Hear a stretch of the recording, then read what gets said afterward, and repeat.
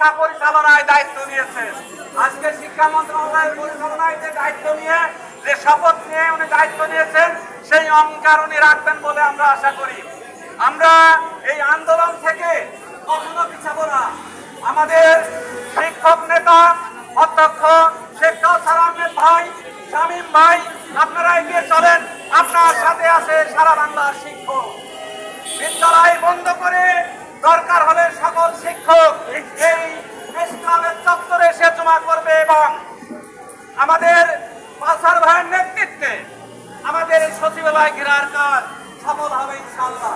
আমরা আবারও বলতে চাই, গত 23 সালের জুলাই 11 তারিখ থেকে আগস্টের 1 তারিখ পর্যন্ত 22 দিন ব্যাপী যে আন্দোলন হয়েছিল, কাপড় পরিহিত অবস্থায় আমরণ অনশনের মাধ্যমে সেই আন্দোলন হয়েছিল। এবারও ঠিক তাই হবে।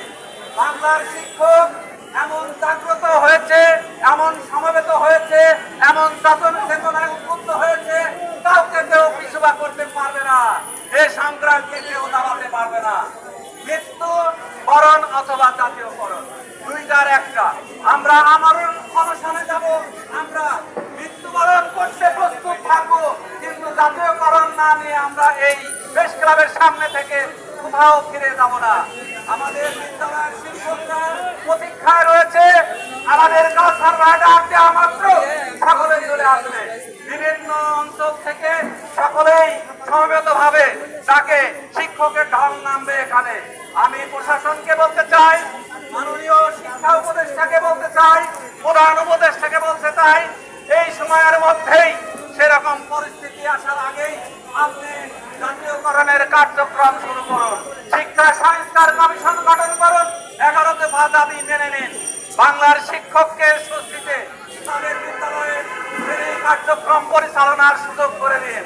শিক্ষার্থীর যাতে কোনো ক্ষতি না হয় সেই জন্য আপনি শিক্ষার পরিবেশকে সুন্দরভাবে দায়িত্ব পালন করার মুখোমুখি করে দিন। শিক্ষার্থীদের আহ্বান বন্ধ করে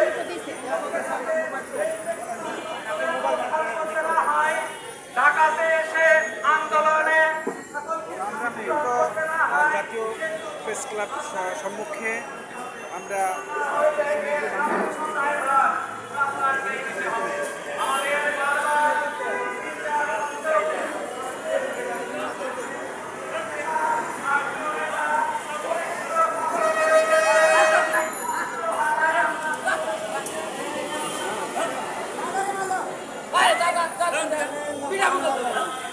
Aduh,